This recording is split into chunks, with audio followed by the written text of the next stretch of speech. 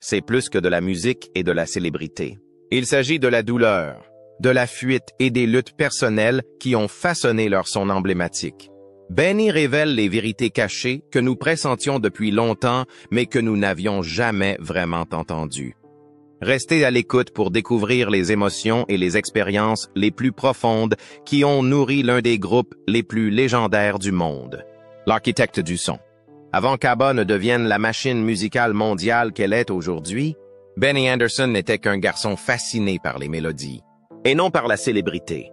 Il a grandi entouré de musique classique et folklorique, apprenant de la structure et l'émotion bien avant de toucher un synthétiseur. Alors que le monde entier chantera plus tard sur Dancing Queen, Benny a été façonné par l'accordéon suédois et les harmonies d'église. Ses racines précoces lui ont donné une boussole musicale stable, alors même qu'ABBA chassait les lumières disco. Son son provenait d'un endroit plus profond, non pas de tendance mais de couches intemporelles. Le travail de Benny avec Björn Ulvaeus a créé un équilibre que la plupart des groupes ne trouvent jamais. Benny s'occupait des accords, de l'attention, des sentiments, tandis que Björn s'occupait des paroles et de l'histoire. Ensemble, ils ont construit des chansons qui semblaient simples, mais qui cachaient un poids émotionnel sous chaque rythme. Benny ne se contentait pas d'écrire de la musique, il la sculptait. C'est grâce à ce processus que les chansons d'ABBA semblent vivantes, même des décennies plus tard. En studio, Benny était implacable. Il passait des journées entières à ajuster une seule harmonie ou une seule note. Il recherchait un sentiment plus qu'un son, travaillant jusqu'à ce que le morceau corresponde à l'émotion qu'il avait en tête. On raconte que Benny rejouait des morceaux encore et encore, non pas pour atteindre la perfection, mais pour être honnête. Chaque chanson est un message, même si les auditeurs n'en entendent pas toujours le sens. Alors qu'Agnetha et Frida étaient sous les feux de la rampe, Benny restait souvent dans l'ombre. Il a admis un jour qu'il ne s'était jamais vraiment senti considéré au sein d'ABBA, non pas comme une star, mais comme un artisan. Les fans crient pour les chanteurs, mais peu remarquent l'homme qui arrange chaque corde, chaque écho. Derrière la vitre de la salle de contrôle, Benny était chargé de faire en sorte que tout fonctionne. Il n'était pas le visage d'ABBA, mais il en a toujours été le cœur. Il est aussi le réparateur, celui qui doit maintenir l'unité du groupe. Lorsque des tensions créatives apparaissent, Benny intervient souvent pour aplanir les difficultés. Il gérait non seulement la musique, mais aussi les émotions qui la sous-tendaient. Ce rôle l'a épuisé en silence. Au fil du temps, être la colle du groupe est devenu un fardeau silencieux dont il parlait rarement. La plupart des gens ne réalisent pas à quel point Benny a façonné l'identité d'ABBA. Sans Louis. Le groupe aurait pu sonner brillant mais creux. Ses progressions d'accords apportaient de la tristesse dans les mélodies joyeuses, créant un contraste que les gens ne pouvaient pas expliquer mais qu'ils ressentaient toujours. Même les chansons les plus joyeuses d'ABBA avaient des zones d'ombre, et c'est à Benny qu'on le doit. Il a donné de la profondeur à leur musique sans attirer l'attention sur lui. Il a également poussé la technologie en studio. Benny n'avait pas peur d'utiliser les premiers synthétiseurs et les enregistrements multipistes pour élargir leur son. Alors que d'autres groupes s'en tenaient à des formules simples, ABBA utilisait des couches d'instruments et d'effets qui donnaient une impression de richesse et de cinéma. Benny ne s'est pas contenté de ce qui était populaire. Il a créé des paysages sonores qui racontaient des histoires par eux-mêmes. Son travail en studio a jeté les bases de la production pop moderne. Ce qui distingue Benny, c'est la façon dont il a intégré le silence au son. Il savait quand se retenir, quand laisser respirer une mélodie. Ce contrôle rendait les chansons d'ABBA plus humaines. Il n'était pas en train de faire de l'esbrouf. Il établissait une relation de confiance avec l'auditeur, le guidant à travers les hauts et les bas. Cette compétence ne s'apprend pas, et c'est pourquoi leur musique est toujours d'actualité. Lors d'une récente interview, Benny a révélé une vérité surprenante. Il a dit qu'il utilisait la musique pour exprimer des sentiments qu'il ne pouvait pas exprimer dans la vie réelle. Alors que d'autres membres du groupe abordaient directement les émotions, il laissait le piano parler. Cela signifie que la plupart des chansons les plus tristes et les plus belles d'ABBA étaient le moyen pour Benny d'éviter la confrontation. Il ne se cachait pas, mais il n'était pas totalement présent non plus. Cette idée change notre façon de comprendre ABBA. Derrière l'image parfaite du groupe se cachait un homme qui luttait pour se connecter. Benny n'était pas distant parce qu'il s'en fichait. Il était distant parce que la musique lui permettait de se sentir plus en sécurité. Chaque morceau était à la fois une création et une évasion. C'est ainsi qu'ils se maintenaient ensemble alors que tout le reste s'effondrait. Aujourd'hui, à 78 ans, Benny regarde en arrière et voit le modèle. Il sait qu'il n'a pas cherché la gloire. Il a recherché la sensation d'une note parfaite, d'une résolution nette. Alors qu'ABBA est devenu un phénomène mondial, il s'est souvent senti étranger à l'intérieur de ce phénomène. Les applaudissements n'ont pas comblé le vide, mais la musique le fait encore. La vérité derrière le succès d'ABBA n'est pas seulement la musique. Il s'agissait d'une rivalité cachée, d'un ego et d'une frustration plus profonde que personne ne voyait lorsque l'amour blessait l'harmonie. La relation entre Benny et Frida n'a pas commencé par des feux d'artifice. Elle a commencé par la musique. Les nuits passées en studio ont brouillé les frontières entre le travail et quelque chose de plus profond.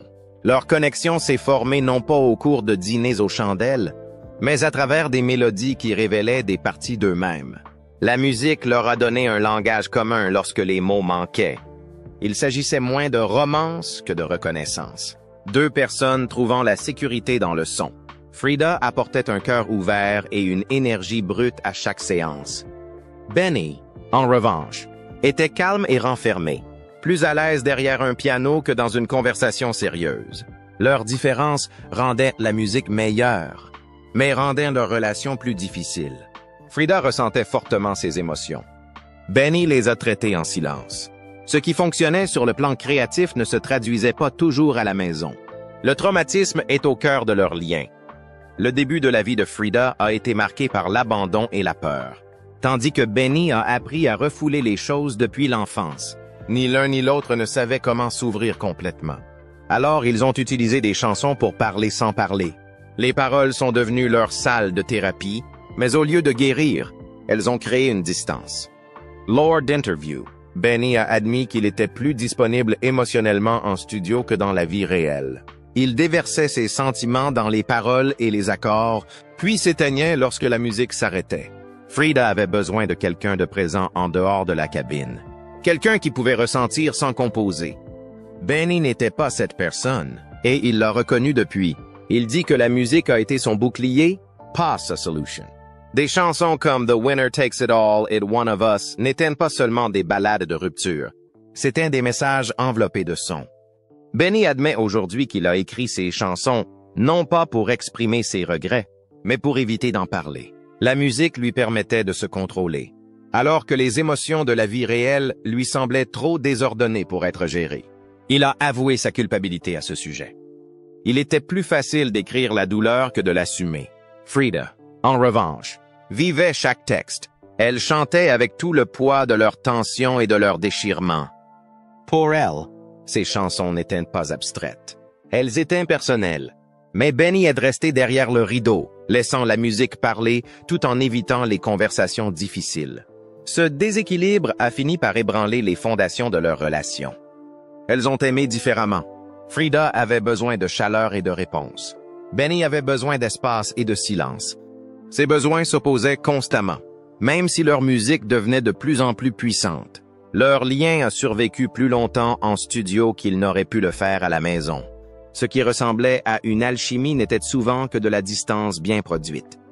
Le public voit le glamour et le succès, mais à l'intérieur du groupe, les choses se désagrègent.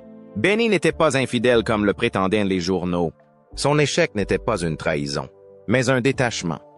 Il pouvait écrire une mélodie envoûtante, mais avait du mal à tenir une vraie conversation sur les sentiments. Avec le temps, ces fossés émotionnels est devenu impossible à franchir. L'un des récents aveux de Benny ajoute une nouvelle couche. Et il a dit « J'ai donné mes meilleures répliques à des chansons, pas aux personnes qui avaient besoin de les entendre de ma bouche. » Cet aveu discret change toute l'histoire. Il ne s'agissait pas de savoir qui avait raison ou tort, mais de savoir comment Benny avait utilisé la musique pour éviter d'être vulnérable.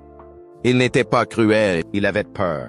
Affronter directement ses émotions lui paraissait trop risqué. Alors il a préféré ériger des murs musicaux. Il en est résulté des chansons qui ont ému le monde entier, mais qui ont déçu ses proches. C'est le coup caché du génie. Avec le recul, Benny n'en veut pas à Frida. Il comprend maintenant qu'elle a demandé une connexion et qu'il lui a donné de l'or. Il se rend compte que la même musique qui les a réunis les a aussi séparés. Son plus grand don était aussi son plus grand défaut. Il pouvait faire ressentir aux gens ce qu'ils ressentaient, mais il avait du mal à ressentir avec eux. Il ne s'agit pas de blâmer, mais de comprendre.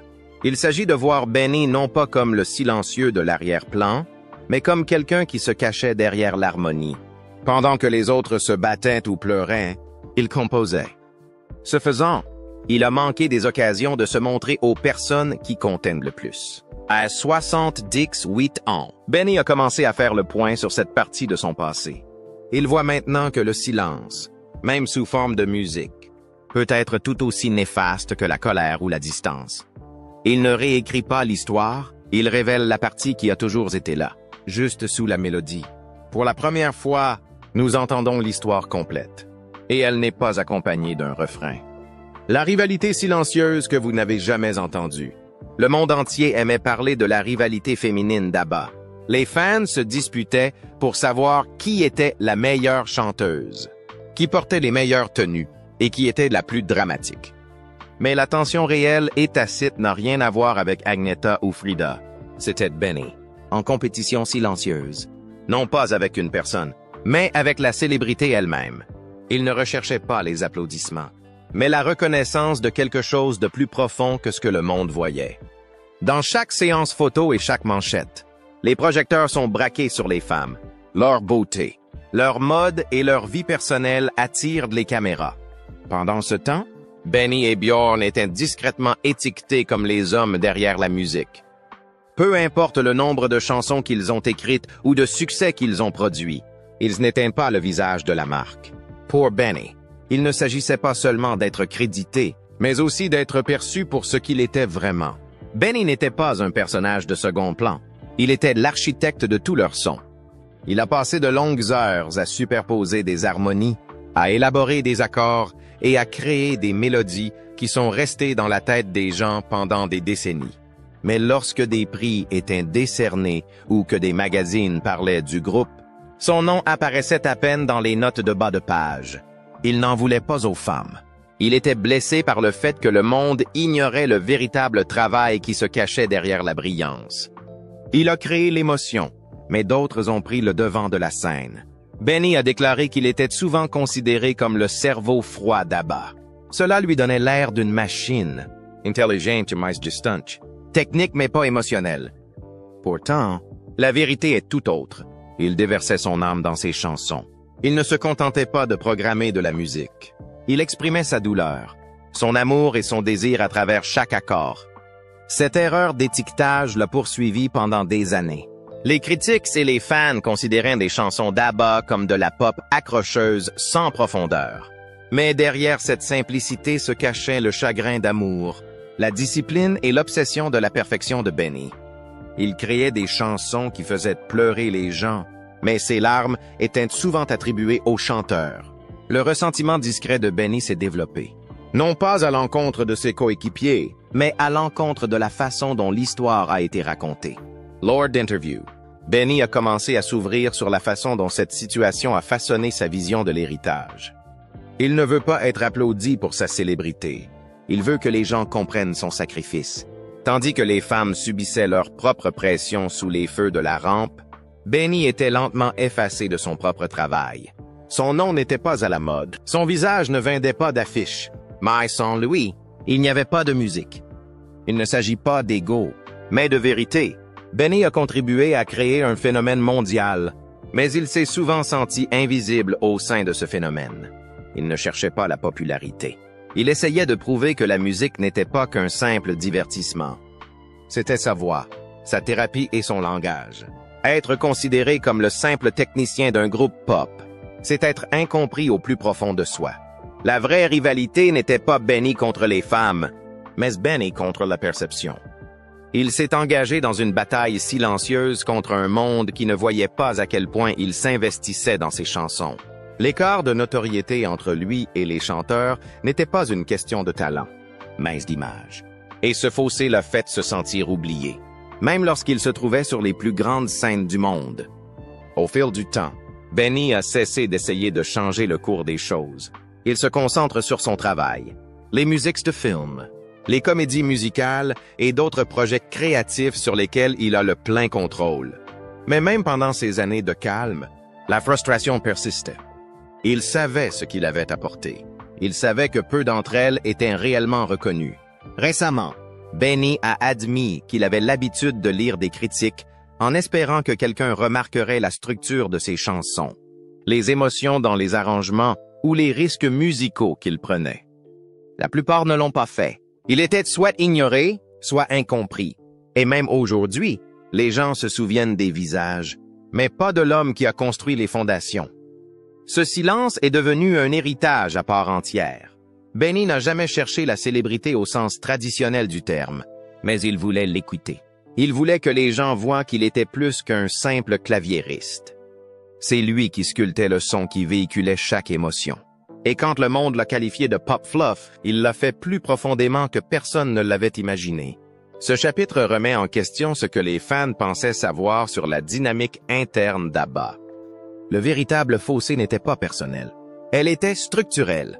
La célébrité a des règles, et Benny n'entrait pas dans le moule. Il était trop discret, trop privé, trop concentré sur son travail. Mais sans lui, il n'y aurait pas eu de magie pour la marquer. Et c'est la vérité que l'histoire a presque oubliée. La fin d'ABBA n'a pas été un combat dramatique. C'est le moment où la musique a cessé d'être réelle et où tout a changé. Le succès d'ABBA à la fin des années 70 semblait inarrêtable. Avec leurs chansons entraînantes et leur renommée mondiale, ils semblaient être au sommet du monde. Mais derrière le glamour, des fissures commençaient à se former. Il ne s'agissait pas d'une rupture dramatique ou d'un combat soudain, mais d'un déclin lent et douloureux, comme une maison qui pourrit tranquillement de l'intérieur. La pression des tournées constantes, l'épuisement créatif et les tensions émotionnelles commencent à peser sur le groupe. Au fil des années, Benny et le reste d'ABBA se retrouvent pris dans un cercle vicieux. Les tournées les emmènent aux quatre coins du monde, mais elles drainent aussi leur énergie. Les fans applaudissent, les tubes s'enchaînent, mais il manque quelque chose. Pour Benny, c'était un sentiment d'honnêteté dans la musique. Il se souvient du moment exact où il a su qu'il était temps d'arrêter. Non pas à cause d'un conflit, mais parce que la musique n'était plus vraie. L'étincelle qui rendait les premières chansons fraîches et excitantes avait commencé à s'estomper. Et ce qu'il créait ne résonnait plus en lui de la même manière. Benny admet qu'au moment où ABBA s'est arrêté, il n'était pas là par passion ou par amour pour le groupe. C'est la culpabilité et le devoir qui l'ont poussé à rester dans le groupe. Il est resté parce qu'il se sentait responsable du succès du groupe et qu'il ne voulait décevoir personne. Mais au fond de lui, il savait que ce n'était pas la même chose. La joie créatrice qui l'animait autrefois avait disparu. Il s'était laissé piéger par le poids des obligations au lieu de continuer à se passionner pour la musique. La fin est arrivée sans grande cérémonie. Il n'y a pas eu de grande conversation ou d'adieu émotionnel, juste une lente disparition dans le silence. Il n'y a pas eu de grands adieux ou de conclusions, juste la prise de conscience soudaine que c'était fini. Les membres du groupe se sont séparés, et les gros titres se sont répandus dans les médias, laissant entrevoir la fin d'une époque. Benny se dit qu'il est étrange qu'ils n'en aient jamais vraiment discuté en groupe. Ils ne se sont pas assis pour parler de ce qui se passait ou de ce qu'ils ressentaient. C'était juste une décision tacite qui avait été prise, et la musique s'est arrêtée. Frida, quant à elle, est passée rapidement à autre chose. Elle avait déjà commencé à se détacher émotionnellement du groupe avant même sa fin officielle. Pour elle, la fin n'était arrivée plus tôt et elle avait trouvé un moyen de lâcher prise. Mais pour Benny, cela n'a pas été aussi facile. Il admet qu'il lui a fallu une dizaine d'années pour réaliser qu'il n'avait pas complètement tourné la page. Il n'avait pas encore accepté la fin d'ABBA, et le poids émotionnel qui en résultait persistait d'une manière dont il ne pouvait s'échapper. Le silence qui a suivi la séparation l'a hanté, et il n'a pas compris à l'époque à quel point cela l'avait affecté. Aujourd'hui, Benny considère la fin d'ABBA comme une période de mort créative plutôt que comme un scandale ou un drame personnel. Le groupe ne s'est pas séparé à cause d'une grosse dispute ou d'une histoire sensationnelle. C'est tout simplement que le puits créatif s'est tari. La paralysie émotionnelle qui s'en est suivie n'a pas été perçue par le public. Les fans et les médias cherchaient une histoire juteuse, une fin dramatique. Mais la réalité était beaucoup plus calme. C'était le genre d'effondrement silencieux que les gens ne remarquaient que lorsqu'il était déjà trop tard. Pour Benny, la fin d'ABBA n'est pas liée à un événement particulier ou à une rupture avec ses coéquipiers. C'était une série de petits moments où l'étincelle s'est éteinte.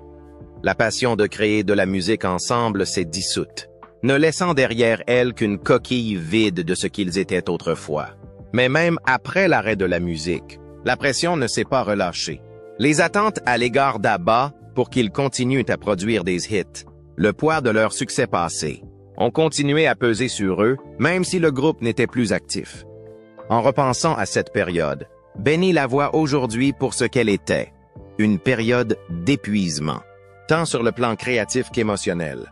Il ne s'agissait pas seulement de la musique, il s'agissait de la façon dont ils s'étaient perdus dans le processus. ABBA avait donné tellement d'énergie au monde qu'ils n'avaient plus rien à se donner l'un à l'autre. L'aveu de Benny sur le fait qu'il est resté dans le groupe par culpabilité, plutôt que par passion, ajoute une nouvelle couche à l'histoire de la fin d'ABBA. Ce n'était pas un choix fait par excitation ou par amour pour ce qu'ils faisaient. Il s'agissait simplement de ne pas savoir comment lâcher prise. En fin de compte, la dissolution d'ABBA n'a pas été provoquée par un événement dramatique unique, mais par une désillusion progressive. Le groupe avait tout donné à la musique et aux fans, mais il s'était perdu lui-même. La pression exercée par le maintien de leur image publique, combinée à l'épuisement créatif et au détachement émotionnel, a rendu impossible la poursuite de l'aventure. Le point de vue de Benny sur la fin d'ABBA offre une vision nouvelle et plus nuancée de la rupture du groupe.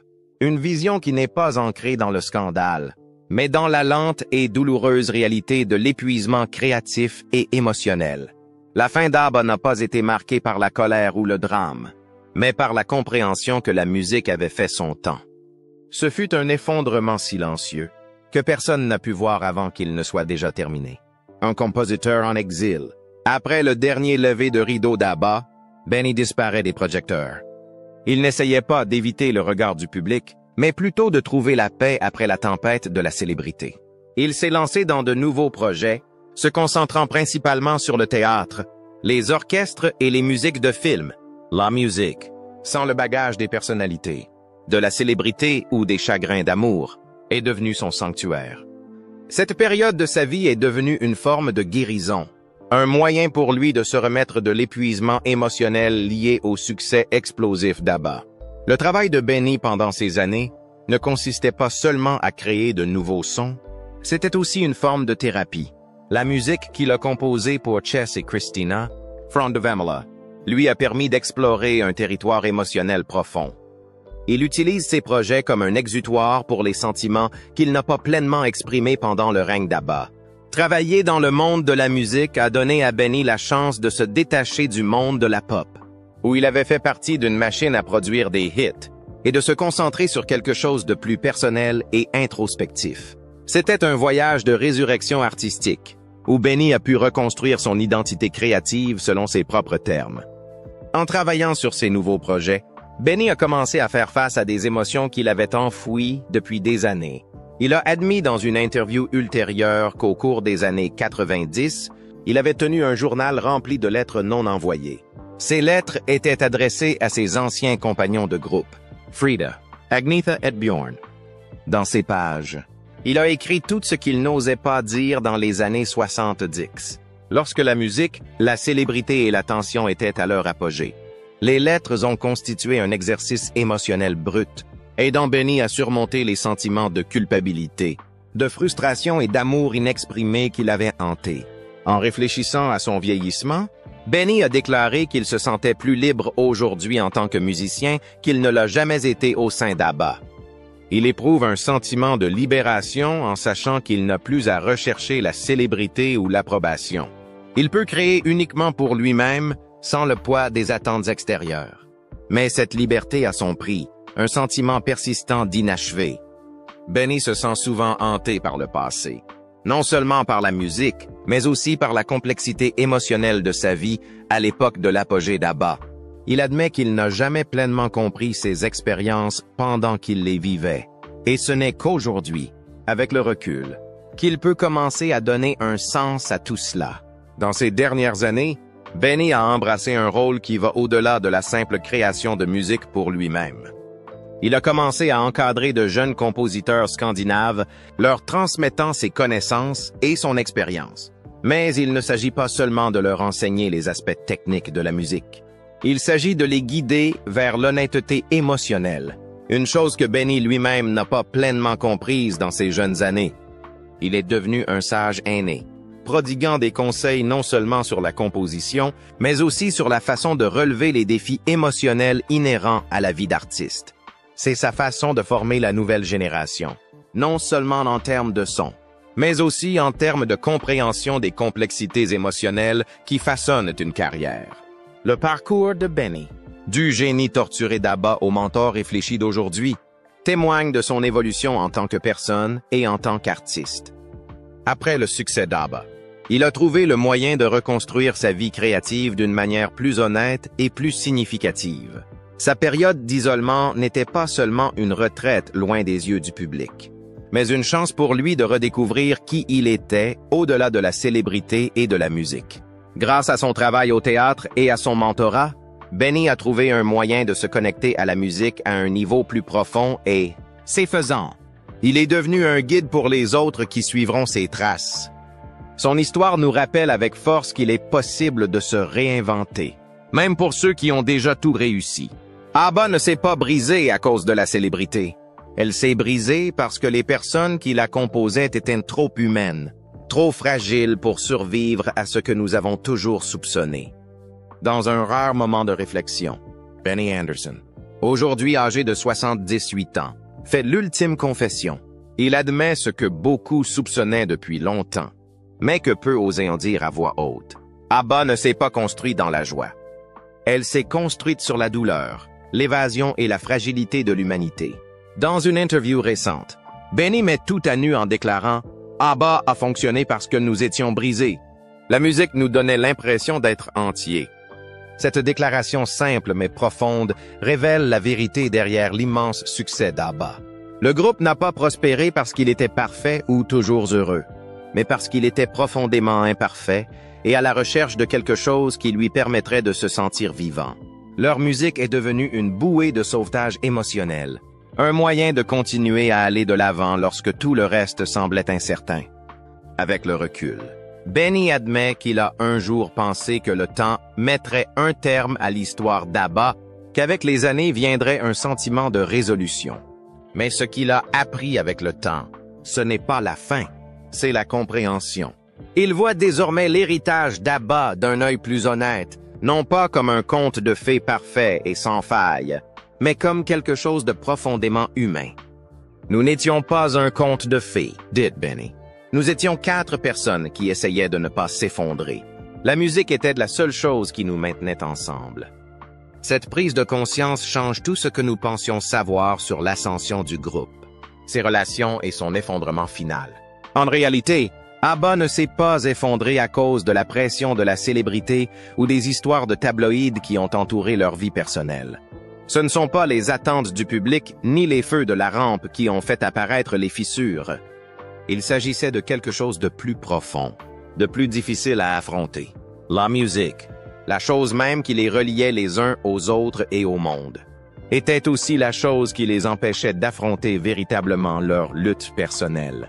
Les membres d'ABBA étaient trop humains pour supporter le poids de leurs émotions, et la musique qu'ils créaient devenait un moyen d'échapper au chaos qui se cachait sous la surface. La réflexion de Benny sur l'histoire d'ABBA met en lumière une vérité plus complexe sur la dynamique interne du groupe. Il ne s'agissait pas seulement de 4 musiciens talentueux qui avaient une alchimie magique sur scène. Il s'agissait d'individus aux prises avec des troubles personnels, des douleurs émotionnelles et les réalités de la célébrité qu'ils ne savaient pas comment gérer. En repensant à cette période, Benny admet que la musique lui a servi de refuge, d'échappatoire temporaire à la pression que représentait le fait de faire partie d'ABBA. La joie que les gens voyaient sur scène était réelle, mais c'était aussi un masque. Derrière les sourires, les rires et les chansons à succès, Il y avait 4 personnes qui essayaient de donner un sens à leur vie brisée. Ce dernier chapitre boucle la boucle de l'histoire d'Abba. L'amour, le silence, l'ambition, la célébrité, la perte et la survie. Chacun de ces éléments a joué un rôle dans le parcours du groupe, mais aucun d'entre eux ne raconte toute l'histoire. L'ascension du groupe s'est construite sur le talent et le timing, mais son effondrement n'est pas dû à l'absence de l'un ou de l'autre. C'était le résultat de leur humanité, de leur lutte personnelle, de leur bagage émotionnel et du poids de leurs propres attentes. Benny révèle qu'avec le recul, les fissures étaient présentes dès le début, mais qu'elles ont été dissimulées par la seule force de leur motivation collective et de la musique qu'ils ont créée. Il n'a jamais été question de perfection. C'était une question de survie. Aujourd'hui, à 78 ans, Benny ne recherche plus les applaudissements ou la validation. Il recherche la vérité. Pour la première fois, il se sent libre de raconter sa version de l'histoire sans craindre de porter atteinte à son héritage ou de décevoir ses fans. Voici Benny, qui a depuis longtemps fait la paix avec le passé tumultueux du groupe. Il ne ressent plus le besoin de maintenir l'image d'Abba en tant que groupe pop parfait. Au lieu de cela, il accepte la réalité qu'Abba était tout aussi imparfait et vulnérable que le reste d'entre nous. En disant la vérité sur l'histoire du groupe, Benny a réécrit ce qu'était vraiment Abba, un groupe qui n'était pas soudé par la célébrité ou des rêves de contes de fées, mais par la musique qui leur permettait de survivre à leur bataille personnelle. Au fur et à mesure que le dernier chapitre de cette histoire se déroule, la confession de Benny résonne clairement. Abba ne s'est pas brisée à cause de la célébrité, des relations ou de la pression extérieure. Elle s'est brisée parce que les personnes qui la composaient étaient trop humaines, trop réelles et trop vulnérables pour supporter le poids de tout cela. La musique était leur échappatoire, leur thérapie et leur lien les uns avec les autres. Mais en fin de compte, elle n'a pas pu les sauver de leur propre fragilité. En partageant enfin sa vérité, Benny a fait le dernier pas pour comprendre l'héritage d'Abba, non pas comme une image parfaite, mais comme un voyage profondément humain, imparfait et magnifique. La véritable histoire d'Abba n'est pas celle de la célébrité, du glamour ou des couvertures de magazines en papier glacé. Il s'agit de la douleur, de l'évasion et de l'humanité partagée qui ont rendu leur musique si puissante. Aujourd'hui, avec sa confession, Benny nous donne un aperçu ultime de ce qu'était vraiment Abba. Merci de votre attention.